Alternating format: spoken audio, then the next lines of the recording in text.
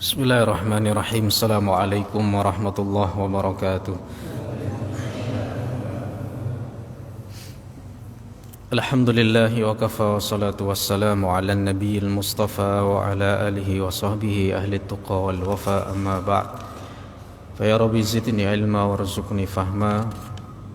Allahumma inna nas'aluka ilman nafi'a wa amalan mutaqabbala wa rizqan halalan tayyiban wasi'a. Jamaah kaum muslimin dan muslimat yang dimuliakan oleh Allah Subhanahu wa taala, insyaallah kita akan lanjutkan kajian kita sampai pada surat Maryam. Kita akan refresh kembali ingatan kita tentang surat Maryam ini. Surat Maryam adalah surat Makkiyah yang ayatnya berjumlah 98. Dan ini termasuk surat yang diturunkan di kota Makkah, karena berkisah tentang Nabiullah Zakaria. Ya, di awal surat kita disebutkan di sini ada kisah Nabi Zakaria yang memohon kepada Allah untuk diberikan keturunan pada usianya yang sudah lanjut. Ada yang mengatakan usia beliau ini sudah 80, 90, 100 tahunan, bahkan lebih dari riwayat-riwayat yang ada seperti itu. Yang jelas sudah sepuh seperti itu. Dan bukan lagi usia-usia yang produktif seperti itu. Seperti kisahnya ketika Nabi Ibrahim ini khitan, ya. Beliau khitan ini, syariat khitan ketika usia beliau sudah 80-an. Ya, dan beliau mengkhitankan sendiri. Ikhtatana Ibrahim bil Qattum wa huwa ibnu thamanina sanah. Dalam sebuah hadis Nabi Ibrahim berkhitan dengan kapak ketika usianya 80 tahun. Ya. Ini jadi usia-usia Nabi di mana diuji oleh Allah Subhanahu wa taala. Ya, seperti Nabi Ibrahim waktu itu usia 80 tahun pun belum dikasih momongan. Begitu pula dengan Nabiullah Zakaria. Dan kisah yang sekilas kita bahas pada kesempatan yang lalu tentang kisah hijrah kaum muslimin ke negeri Habasyah. Salah satu oleh-oleh hadiah yang terindah yang diberikan kepada Raja Najasyi, yang kemudian membuat beliau ini berpikir lebih lanjut lagi bahwa ketika ada seorang laki-laki yang datang di kalangan bangsa Arab yang konon katanya membawa agama yang baru, dan Amru bin As dan Abdullah bin Rabi'ah yang kala itu beliau belum masuk Islam, memprovokasi ya, Raja Najasyi diprovokasi ini supaya ini kaum muslimin dipulangkan, diserahkan kepada empunya, kepada orang-orang Quraisy. Ya. Dan ternyata dua orang ini kalah dengan Ja'far bin Abi Thalib. Ya, yang ibaratnya kalau kita perhatikan jam terbangnya Ja'far dengan jam terbangnya Amru bin As ini untuk diplomasi tentu lebih jauh siapa? Amru bin As gitu kan. Tapi dengan atas izin Allah, qadarullah, yang menang adalah Ja'far. Kenapa? Salah satu yang membuat beliau menang ini adalah ayat-ayat Quran yang beliau hafal. Nah, ini makanya Bapak Ibu sekalian, salah satu yang membuat seseorang ini bisa tangguh adalah ketika dia punya bekal yang luar biasa berupa hafalan ayat-ayat Al-Quran, seperti itu. Ya. Baik, kemudian setelah dari kisah tadi yang dimana umat Islam ini berhijrah selama sebanyak 2 kali dan mendapatkan suaka, pengamanan, pengayoman dari Raja Najasyi yang pada akhirnya beliau ini masuk Islam. Dimana ketika dibacakan ayat Al-Quran, khususnya surat Maryam, awal surat Maryam ini beliau menangis sampai jenggotnya ini basah seperti itu.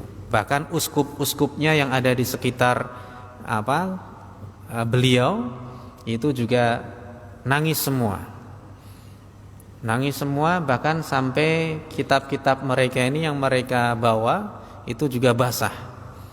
Ini luar biasa, nangisnya itu nggak sembarangan nangis ini, nggak cuma sekedar nangis berapa tetes air mata, tapi ini sampai deras air matanya. Jadi nangis yang udah banget-bangetnya orang nangis seperti itu. Ya, jadi ketika dibacakan tentang kisah daripada Nabi Zakaria, kemudian sepenggal kisah dari Nabi Isa ya dengan ibunda Maryam, itu mereka sangat terharu. Nah, sehingga hadiah yang diberikan oleh Amr bin As dan Abdullah bin Rabi'ah, yaitu berupa cenderamata yang mahal yang diberikan oleh siapa? Oleh dari pembesar-pembesar Quraisy. Mereka ini sudah berkumpul dan rapat di Darun Nadwah. Jadi mereka sudah berkumpul di Darun Nadwah. Jadi kalau kita lihat sejarah, memang Darun Nadwah ini bukan jatahnya Bani Hashim dari keluarganya Nabi SAW, bukan. Karena itu jatahnya untuk Bani Abduddar. Ya, di mana situ Bani Abduddar ini adalah adik daripada Abdu Manaf, anak dari Qusay bin Kilab, seperti itu. Sehingga Abdu Manaf ini adalah kakek-kakeknya Nabi. Beliau ini mendapat jatah sebagai pengemban yang memberi makan dan minuman jamaah haji, seperti itu. Ya, membuatkan bubur, ya, minuman untuk jamaah haji yang datang ke kota suci Makkah. Sehingga ketika Nabi ini termasuk Bani Hashim, ketika ada sekelompok orang dari Aus dan Khazraj, ya, mereka ini menunaikan ibadah haji, maka Nabi sebagai seorang dari kalangan Bani Hashim, kesempatan ini enggak beliau sia-siakan. Sehingga ditawarkan Islam ini, mereka terus akhirnya pada nerima, pada semangat. Ya, padahal orang-orang Aus Khazraj ini biasa perang saudara. Hebatnya orang Quraisy, meskipun mereka ini bentrok, beda pendapat, kontradiksi, tapi mereka ini enggak perang saudara. Ini hebatnya orang Quraisy. Makanya Allah sampai mengabadikan kebiasaan mereka di dalam sebuah surat, yaitu surat Quraisy, ya kan, li'ila fi Quraisy. Itu kehebatan orang Quraisy. Jadi mereka boleh beda pendapat tapi nggak sampai berantem. Tapi kalau orang Aus Khazraj beda pendapat, langsung dia perang saudara. Sampai ada seorang rahib Yahudi mengatakan, kelak kalian ini akan bersaudara dan dipersaudarakan oleh seorang Nabi Allah yang terakhir. Ya, mereka kepo luar biasa. Siapa ini Nabi ini? Ya, pas kebetulan mereka ini datang ke Makkah, kemudian mereka menunaikan ibadah haji, maka bertemu dengan baginda Nabi. Ya. Kemudian mereka nggak banyak mikir, kemudian langsung berbaiat kepada Nabi. Nah, akhirnya Nabi mendapatkan suaka juga kan. Akhirnya beliau hijrah kemana? Ke kota Madinah. Jadi proses hijrah ini memang nggak langsung ya, langsung ke Madinah, ke Habasyah dulu 2 kali. Dan beliau juga pernah ke Taif. Di Taif ternyata lebih parah gitu kan daripada Makkah. Sampai pada akhirnya beliau hijrah ke kota Madinah. Nah, jamaah sekalian rahimakumullah. Kemudian tentang surah Maryam ini, ya, diawali dengan huruf muqatta'ah, huruf-huruf yang artinya huruf sendiri-sendiri, ya, potongan-potongan huruf. Itu a'udzubillahi minasyaitonirrajim. Bismillahirrahmanirrahim. Kaf ha ya ain shad. Jadi kaf ini panjang 6 harokat, ha ya ini 2 harokat, ain itu 6 harokat, shadnya juga 6 harokat. Ya, mad lazim harfi musyabba, ya, itu pada huruf kaf yang kemarin sudah kita bahas, ya. Ini Allahu a'lam bimuradih. Jadi Allah yang lebih tahu tentang makna daripada kaf ha ya ain shad. Meskipun ada riwayat yang menjelaskan dari Ibnu Abbas, ya, tentang apa itu kaf ha ya ain shad. Cuman kebanyakan riwayat yang datang yang seperti ini biasanya adalah lemah seperti itu, ya. Karena tapi di dalam hal ini, apakah ayat-ayat ini termasuk ayat-ayat yang hadiah kekhususan Allah Subhanahu wa taala, seperti kalau kita bahas alif lam mim di awal surat Al-Baqarah itu kan ada yang mentakwilkan. Tapi memang kalau kita perhatikan di sini takwilnya ulama-ulama yang ahlu sunnah ini masih ini bisa dikatakan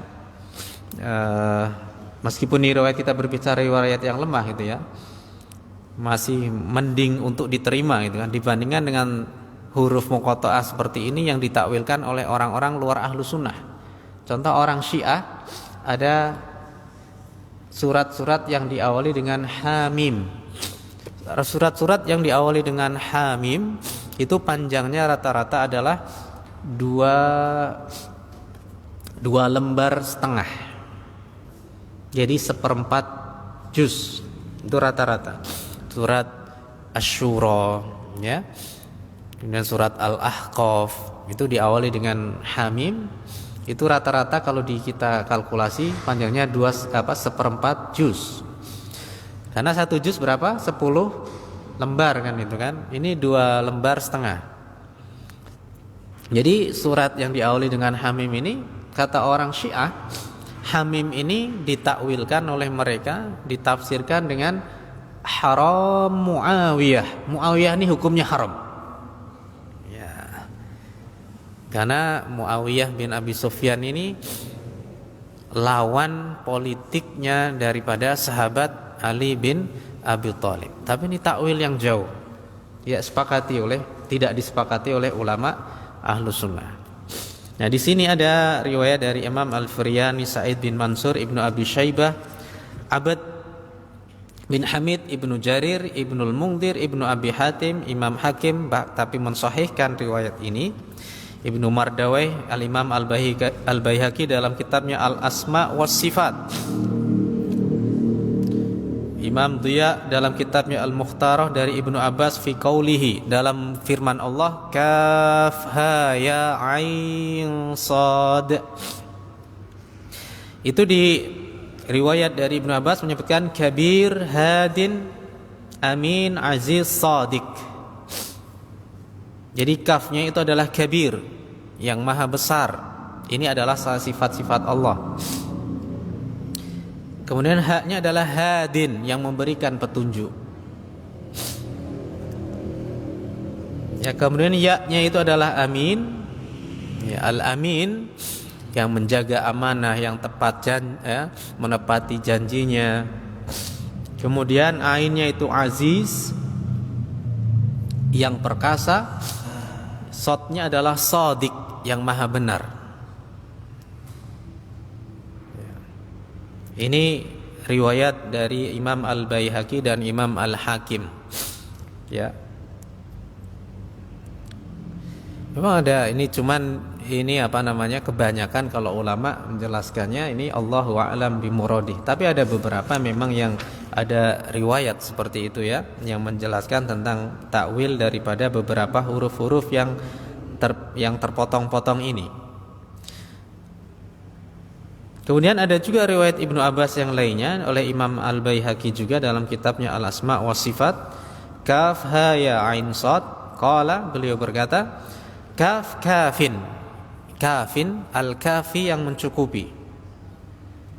Ya.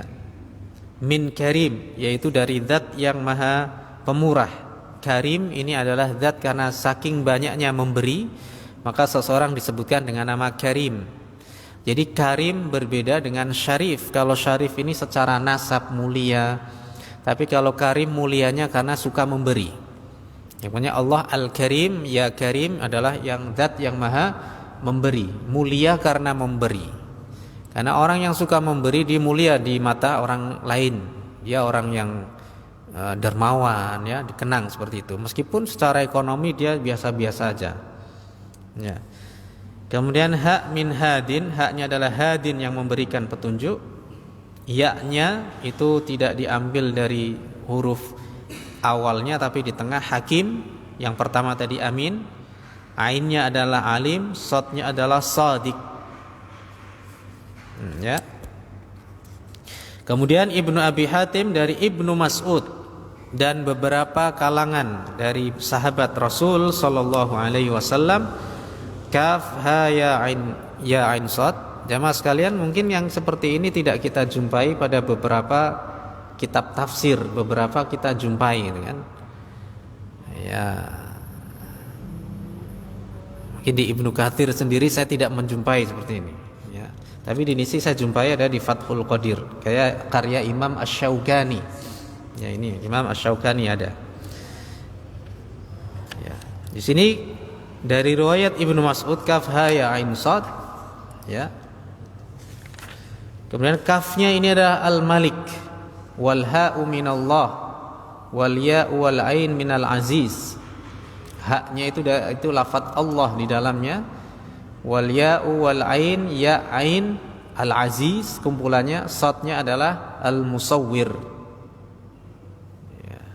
Dari riwayat yang lainnya dari Ummu Hani dari Rasulullah sallallahu alaihi wasallam, kafin hadin alim shadiq. Kafnya adalah kafin yang mencukupi, haknya adalah hadin yang memberikan hidayah, ainnya adalah alim yang maha tahu, shadiq, sadnya adalah shadiq yang maha benar ya.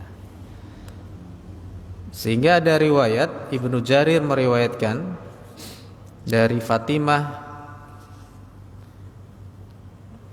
ibnatu Ali, Fatimah binti Ali, qalat kana Ali yaqul, Ali berdoa, ya kaf ha ya ain sad ighfirli. Berkata Ali, ya kaf ha ya ain sad, ini sifat-sifat Allah, wahai kaf ha ya ain sad ighfirli, ampunilah saya. Ini riwayat dari Ibnu Jarir. Memang kadang riwayat seperti ini enggak banyak mungkin kita jumpai seperti itu. Tapi kadang beberapa kitab menjelaskan seperti itu ya. Makanya ini sebagai khazanah kita. Ya, selama riwayat itu tidak maudhu, tidak ngarang asal ngarang. Ini banyak yang meriwayatkan juga masalahnya. Jadi bisa jadikan referensi. Ya. Cuman memang enggak lazim orang berdoa dengan seperti itu. Ya. Kalau ada riwayat-riwayat yang disepakati ya dengan asma-asma Allah yang jelas, kemudian kayak Rasulullah pernah menjumpai ada seorang laki-laki di pojokan masjid berdoa, ya dzal jalali wal ikram, seperti itu. Walillahil asmaul husna fad'uuhu biha, ayyamma tad'u falahul asmaul husna. Allah mempunyai nama-nama yang baik, maka mintalah, berdoalah kepadanya dengan menyebut, dengan berwasilah nama-nama tadi. Ayyamma tad'u falahul asmaul husna. Dengan cara apapun kau panggil Allah, panggillah dengan nama-namanya yang baik. Ada orang berdoa ya dzal jalali wal ikram. Kemudian Rasulullah melewati orang tersebut lalu mengatakan qadis tujibta. Qadis tujibta, sungguh doamu ini sudah dikabulkan oleh Allah. Makanya kita kalau berdoa, ini salah satu yang tidak boleh kita lupakan adalah menyebut ya dzal jalali wal ikram, seperti itu.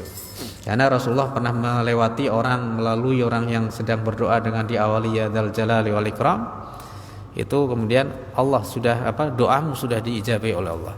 Dan satu lagi doa, ada seorang sahabat berdoa kan, kemudian dengan doa ya Rabbi lakal hamdu kama yanbaghi li jalali wajhika wa 'azimi sultanik. Maka dua malaikat naik ke atas, tidak tahu harus mencatat apa dari doa orang ini. Seperti apa? Maka bertanya kepada Allah Subhanahu wa taala, sudah kau tulis saja. Uktuba ma yaqulu abdi. Tulis saja apa yang diucapkan oleh hambaku, aku nanti yang akan membalasnya sampai nanti. Ya, sampai yaumil qiyamah. Itu salah satu kalau kita berbicara ya Allah yang namanya zikir-zikir, doa-doa ini banyak yang riwayat belum kita jamah seperti itu ya. Makanya ya minimal kita berdoa itu dengan berwasilah dengan asma husna ya. Dengan ya Rabbi lakal hamdu kama yanbaghi, dengan membaca sholawat baru kita melafalkan niat hajat kita seperti itu. Baik.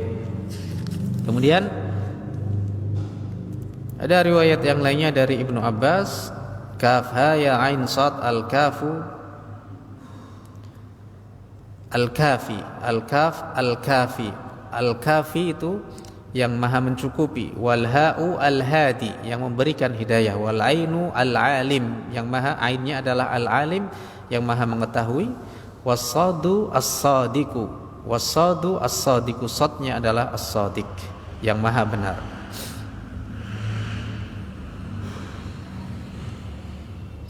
Dan kemudian dari Imam As-Suddi, Ibnul Mungdir meriwayatkan dari As-Suddi qala, Imam As-Suddi ini meriwayatkan, kana Ibnu Abbas yaqulu, beliau berkata, fi kaf ha ya ain sad wa hamim wa yasin wa asbahu hadza, dan kalimat-kalimat yang sama seperti ini ya, kaf ha ya ain sad hamim yasin, huwa ismullahil a'zam, adalah nama Allah yang a'zam, yang besar ya.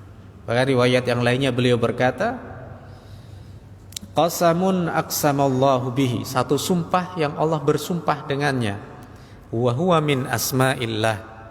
Jadi intinya kalau kita berlandaskan pada riwayat Ibnu Abbas ini, itu adalah kaf ha ya ain sad dan lain sebagainya adalah nama dari nama-nama Allah Subhanahu wa taala.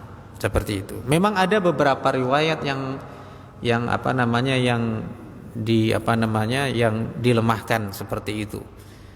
Tapi kalau kita perhatikan dari riwayat itu yang kita baca, kalau kita masih bisa dipertanggungjawabkan. Ya barangkali tidak ada di kitab Ibnu Katsir ya, tapi kita bisa temukan di kitab-kitab yang lainnya.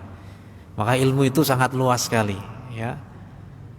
Semakin kita banyak belajar itu ternyata semakin membuktikan, ya Allah, ternyata ilmu saya ini belum apa-apa ya Allah kan. Makanya di akhir surat Al-Kahfi itu kan, seandainya lautan itu dijadikan sebagai tinta ya, bahkan di surat Luqman juga 7 lautan sekaligus, pohon-pohon dijadikan sebagai pulpennya untuk menuliskan ilmunya Allah, kalimat-kalimat Allah, maka tidak akan cukup menuliskan kalimat-kalimatnya Allah. Jamaah sekalian rahimakumullah, itulah sedikit penjelasan tentang kaf ha ya ain sad. Ayat yang berikutnya adalah ayat yang kedua, dzikru rahmati rabbika 'abdahu Zakaria. Kata para ulama ahli bahasa, ini ada dzikru, itu adalah khabar dari mubtada yang terhapus. Apa kalau mubtada'nya, kalau kita belajar nahwu ada mubtada, ada khabar, ada kata mula-mula, permulaan, dan ada kata yang melengkapi yang jatuh setelahnya. Maksudnya adalah yang terhapus mubtada'nya adalah kata hadza. Kemudian langsung menyebutkan dzikru rahmati rabbika 'abdahu Zakaria. Jadi sebenarnya maknanya itu adalah ada permulaannya kata hadza, ini. Jadi kalau kita buka terjemahan biasanya ada ini ya, seperti itu. Mana ini, enggak ada kata ini dalam ayat ini, enggak ada kata hadza. Dzikru. Nah, sehingga kata penjelasnya, khobarnya ini adalah dzikru. Maksudnya hadza dzikru, ini adalah penyebutan kisah ya kan, di mana dzikru rahmati ingin menyebutkan rahmatnya Rabbika, Tuhanmu. Wahai Muhammad, di sini abdahu, terhadap siapa? Terhadap hambanya Allah, hamba Tuhan kamu wahai Muhammad. Siapa namanya? Zakaria, yang namanya adalah Zakaria. Jadi Allah ya di ayat pertama ini menyebutkan keagungannya, nama-namanya, sifat-sifatnya ini yang termaktub dalam kaf ha ya ain sad. Kemudian dzikru rahmati rabbika 'abdahu Zakaria, dengan menunjukkan kebesaran Allah. Allah ingin menyebutkan, inilah sepenggal kisah yang ingin menyebutkan betapa kasih sayangnya Allah terhadap hambanya yang bernama Zakaria ya.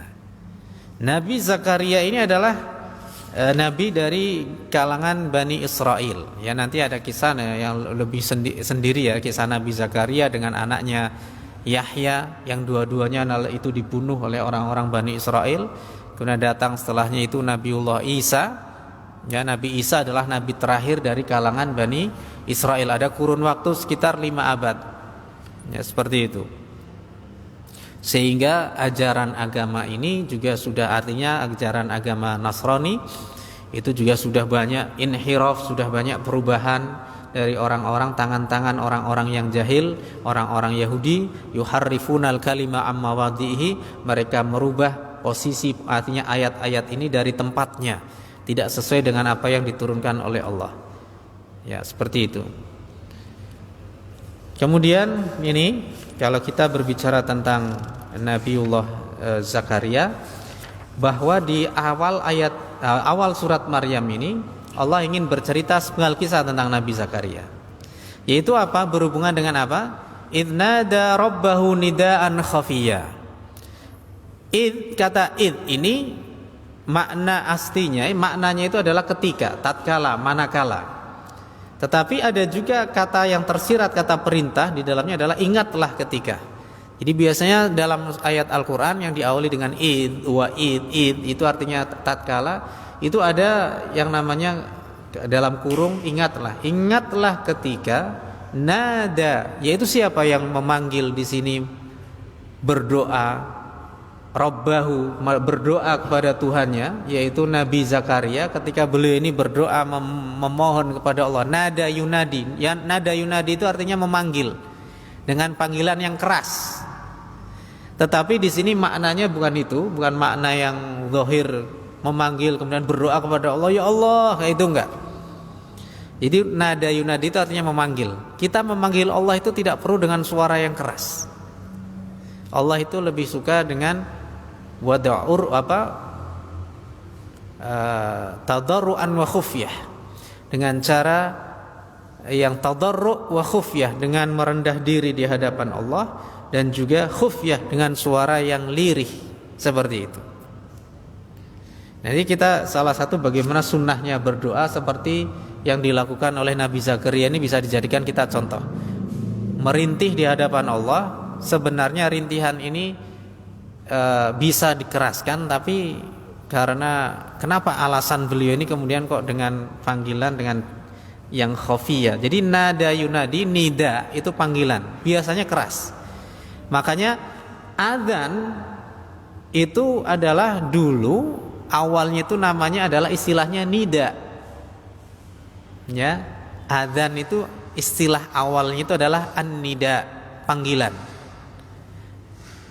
Karena dulu kan Rasulullah SAW kan minta opsi dari para sahabat ini untuk memanggil orang sholat dengan cara apa? Ya, ada dengan cara lonceng, ya, seperti yang dilakukan oleh orang Nasrani. Kemudian ada sahabat ini yang mengusulkan dengan nida. Nida itu yaitu panggilan. Ya, saat itu sahabat Bilal bin Rabah naik ke atas, ya, untuk mengumandangkan adzan. Kemudian beliau ketika hayya 'alas shalah ke kanan, hayya 'alal falah ke kiri, sampai merata ini suara. Sudah itu beliau turun ke bawah, sudah adzan beliau turun menunggu Rasulullah datang.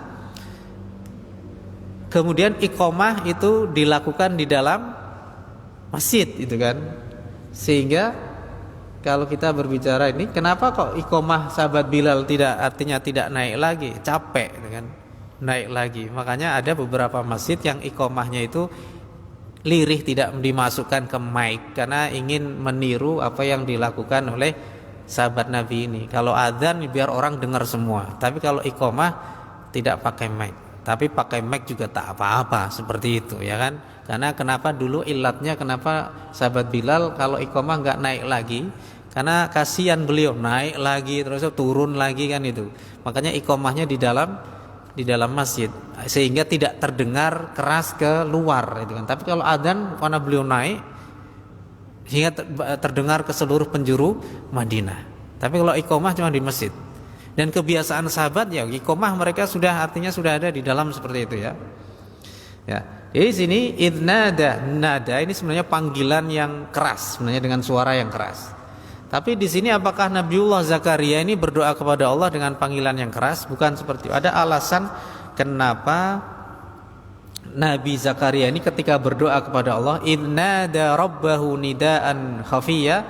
Ingatlah ketika Zakaria memohon kepada Tuhannya, berdoa, ya, memanjatkan doa kepada Tuhannya, nidaan dengan doa permohonan yang khafiyah, yang samar-samar, yang lirih.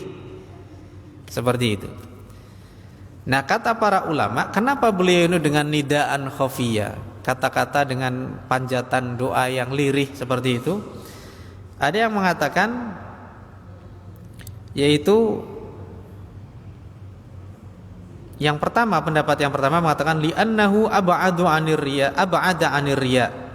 Karena beliau ini tidak pingin riya doanya. Tidak mau artinya dengan suara keras seperti itu. Artinya beliau enggak pingin riya dalam berdoa. Takut khawatir kalau ini jatuh kepada riya. Sufyan Ats-Tsauri ya, itu pernah beliau ini melihat seseorang ini berdoa sambil nangis-nangis di masjid. Padahal kalau masalah kewalian, kealiman, kewaraan, kezuhudan siapa Sufyan Ats-Tsauri ini, dulu itu ada madhab Tsauri. Cuman orang sudah mujtahid mutlak, sudah beristihad. Ada pendapat-pendapat fikihnya itu hanya saja karena muridnya mungkin pengajiannya ini muridnya tak sebanyak imam 4, sehingga madhab Tsauri ini kemudian tidak tidak banyak diteruskan. Madhab Abu Tsaur dulu ada. Nah, termasuk orang alim, orang soleh, orang yang luar biasa ini namanya Sufyan Ats-Tsauri. Pernah di dalam masjid ada orang berdoa sambil nangis-nangis. Sehingga beliau ini muncul yang namanya dalam hatinya ini, beliau itu kemudian berkata, hadza mura'in. Ini orang yang riya. Gara-gara dia berdoa dengan suara yang cukup keras, kemudian menangis-nangis dia. Ada orang laki-laki itu. Hadza mura'in. Ini orang riya. Jadi namanya orang berdoa ini ya, bisa jadi kita yang namanya manusia melihat orang ini doa kayak temenanan segala macam, mungkin ini orang kenapa sih ini gaya atau gimana gitu. Kadang kita muncul perasaan seperti itu.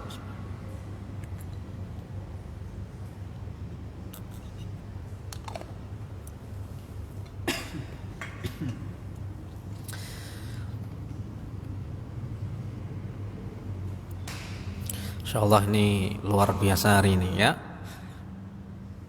Subuh jam 6, jam 10, ba'da asar, ini yang kelima. Jadi mohon maaf ini jadi suaranya agak-agak banyak ini. Nah, mudah-mudahan sehat. Nah, ini kan. Jadi kembali sampai mana tadi? Sampai mana? Berdoa ya. Sufyan Ats-Tsauri melihat orang berdoa sambil nangis-nangis dia. Kemudian beliau mengatakan ini orang riya. Seandainya orang itu riya betul, maka kita pun nggak boleh artinya memponis artinya suudzon seperti itu. Karena boleh ya, suudzon ini ya prasangka yang buruk ya. Artinya kita ini kadang suka memvonis orang. Ya, karena penampilannya, karena segala apalah ya. Itu dan menganggap diri kita ini ini orang gimana sih? Enggak jelas ini kan. Kadang kita seperti itu. Kalau seperti itu artinya cepat-cepat ya artinya kita minta maaf, istighfar sama Allah seperti itu ya. Seperti apa yang dialami oleh Sufyan Ats-Tsauri rahimahullah taala. Beliau mengatakan seperti itu. Tiba-tiba beliau itu 3 bulan, ada yang mengatakan 5 bulan, hurrimtu alayya qiyamul lail khamsata asyhur. Saya ini susah untuk qiyamul lail selama 5 bulan. Beliau pikir apa ya yang membuat saya ini seperti ini keadaannya. Kenapa qiyam lail saya tidak seperti yang ini susah, ini seperti ada hambatan. Maka beliau pikir jangan-jangan dosa apa yang membuat saya ini seperti ini. Karena orang tidak bisa qiyamul lail, salah satunya adalah dosanya yang dilakukan di siang hari. Berapa banyak orang tidur sebentar tapi bisa qiyamul lail. Yang paling menghambat orang untuk tidak qiyamul lail itu dosanya di siang hari, itu aja. Selesai. Bukan masalah kok dia kecapean. Oke lah, capean itu manusiawi, tapi yang paling besar itu adalah dosanya orang tersebut. Itu Sufyan Ats-Tsauri seperti itu. Hanya karena dosa mengklaim orang ini riya seperti itu. Itu banyak kitab ya riwayat yang menjelaskan tentang itu, tentang kisah tadi ini. Sehingga Nabi Zakaria ini beliau jaga betul supaya doanya ini dengan suara yang lirih biar tidak terdengar dan tidak kesannya ini bikin fitnah, sehingga beliau ini takut khawatir kalau ini jatuh kepada riya. Seperti itu. Ya, ini yang pertama. Kemudian yang kedua, kenapa beliau ini berdoa dengan suara yang lirih? Qila akhfahu li'alla yulama ala talabihi lil waladi fi ghairi waqti wa likaunihi min umurid dunya. Pendapat yang kedua, kenapa beliau ini berdoa dengan lirih? Yaitu beliau melirihkan suara ini dalam berdoa supaya tidak dicela oleh manusia. Karena apa? Beliau mintanya sama Allah diberi keturunan padahal sudah gak muda lagi. Nek dirungake wong guyu kayak gitu kan. Ki lopo ini wong umur 90 tahun 100 tahun arep njaluk anak kan. Nah, seperti itu. Ya. Jadi supaya menjaga inilah ya kebaikan beliau.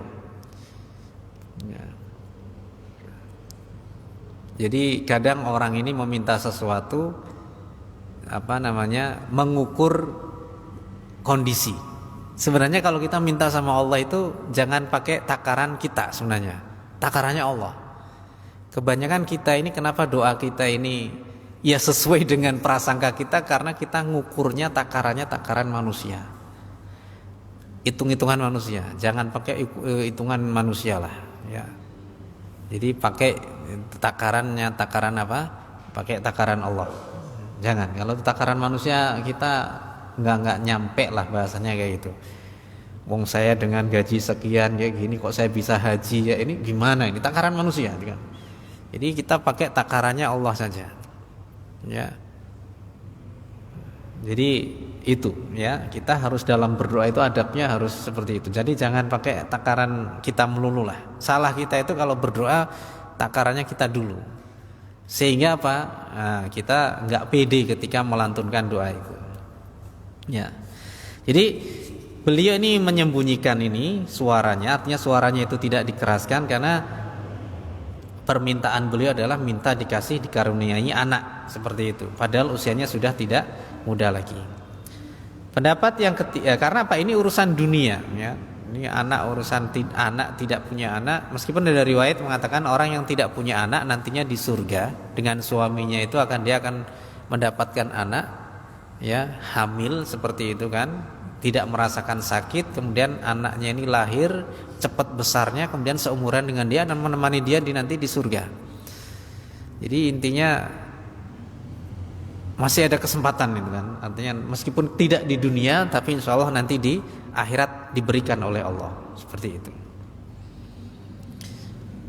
Pendapat yang berikutnya, yang ketiga, kenapa beliau ini melirihkan doanya? Akhfahu makhafatan min qaumih. Beliau menyembunyikan, melirihkan doanya ini karena khawatir dari kaumnya. Yang jelas biar nggak kena fitnah seperti itu. Ya. Karena beliau seorang nabi, seorang rasul, ya. Kemudian pendapat yang keempat, wa qila kana dzalika minhu likaunihi qad sara dhaifan haraman la yaqdiru 'alal jahr. Karena beliau ini sudah tua dan suaranya sudah nggak bisa keras lagi. Ini pendapat yang terakhir. Jadi udah sepuh sehingga beliau nggak bisa berdoa dengan suara yang tegas lagi, nggak bisa.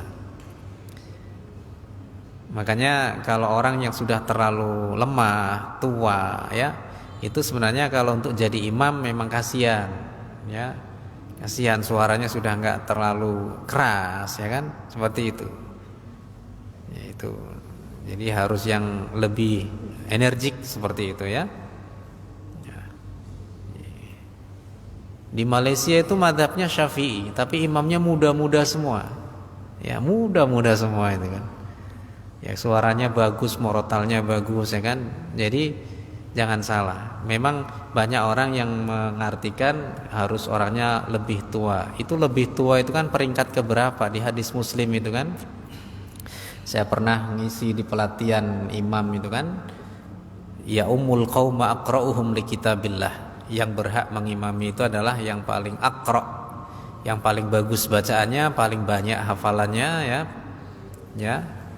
Itu yang pertama. Fa in kanu fil qiraati sawaan fa'alamuhum bis sunnah. Kalau mereka qiraahnya sama, maka yang paling tahu dengan apa sunnah hadis kan. Wa in kanu fis sunnati sawaan fa akbaruhum sinnan. Maka kalau pengetahuan sunnahnya ini sudah sama, maka yang paling tua. Nah itu baru peringkat ketiga. Kalau sama umurnya yang tua-tua sama senior semua, fa aqdamuhum hijrah. Yang paling pertama hijrah, atau paling enggak yang bau rekso terakhir sini siapa? Yang paling mokoi sini yang paling lama siapa? Makanya gitu kan. Itu peringkatnya. Itu yang qiraah dulu ya. Sehingga kita jumpai kebutuhan sholat berjamaah itu lebih dibutuhkan pada seorang yang bacaannya lebih baik itu kan dibandingkan yang lainnya, seperti itu. Meskipun kata Imam Syafi'i, orang yang faham sunnah fikih itu secara otomatis bacaannya juga relatif lebih terjaga, lebih baik, seperti itu. Nah, seperti itu. Jadi itulah ya. Jadi beliau ini Nabi Zakaria karena beliau sudah sudah tua renta, sehingga ya dhaifan, beliau lemah, haraman, sudah tua renta, la yaqdir alal jahr, enggak kuasa, enggak kuat untuk mengeraskan suaranya, sehingga beliau tidak bisa berdoa dengan suara yang lantang. Jadi kalau kita kumpulkan semua alasan-alasan ini kenapa beliau ini melirihkan doanya, yang jelas karena beliau sudah tua. Masuk akal. Beliau enggak bisa suara keras-keras. Ya, udah lemah. Dan beliau tidak pengin riya. Masuk akal seorang nabi dan rasul kan menjaga. Ya. Kemudian beliau enggak mau dapat fitnah dari kaumnya. Ngapain nih orang sudah tua minta sama Allah dikasih anak? Nah, seperti itu, enggak masuk akal seperti itu. Ya, tapi Allah kuasa bisa ya. Orang Jepang itu usia 100 tahun masih muda-muda. Orang Jepang tuh. Ya kan? Jadi sana itu kalau reuni orang 90 tahun itu udah masih bersepedaan, masih goes ya. Ya. Ternyata salah satu yang mereka itu kunci hidupnya itu enggak kepoan sama urusan orang gitu kan. Itu salah. Beda sama orang kita. Kita suka kepoan, suka mikirin urusan orang. Makanannya juga mereka enggak mengalami proses pengolahan yang terlalu lama itu kan, salah satunya seperti itu. Jadi usia 90, 100 itu masih pada goes, masih pada ini. Kalau di kita kayak usia 50 ya, 90 sana itu seperti usia 50. Tapi jangan salah juga, di sana angka kematian karena bunuh diri juga tinggi seperti itu. Tinggi seperti itu. Jadi makanan-makanan sana memang olahannya itu memang sederhana. Di Hong Kong, ketika saya di Hong Kong tuh sana masakan biasa-biasa aja. Saya bisa makan banyak itu kalau yang masak orang Indonesia. Tapi kalau yang makanan itu sana garam itu sedikit sekali. Karena apa? Orang sana takut mati. Jadi makanan itu garam itu hanya secukupnya. Garam, bawang putih sama jahe. Udah itu bumbu pokoknya. Nggak ada yang lain. Jarang yang macam-macam itu. Garam, jahe sama bawang putih, udah itu. Dan kalau mau nambahin lagi, dicor lagi ini lauknya itu dimasak, nggak pakai garam lagi. Mereka nggak pakai garam lagi, udah. Makanya semakin lama semakin anyep seperti itu. Semakin rasanya semakin cemplang seperti itu. Karena apa? Mereka terbiasa seperti itu. Kalau kita kan kalau nggak asin, namanya mau batang, mau panturan, orang asin, orang sedep kayak gitu. Ya seperti itu. Baiklah, mudah-mudahan bermanfaat. Insyaallah kita akan lanjutkan di kesempatan yang lainnya. Subhanakallahumma bihamdika asyhadu an la ilaha illa anta astaghfiruka wa atubu ilaik. Assalamualaikum warahmatullahi wabarakatuh.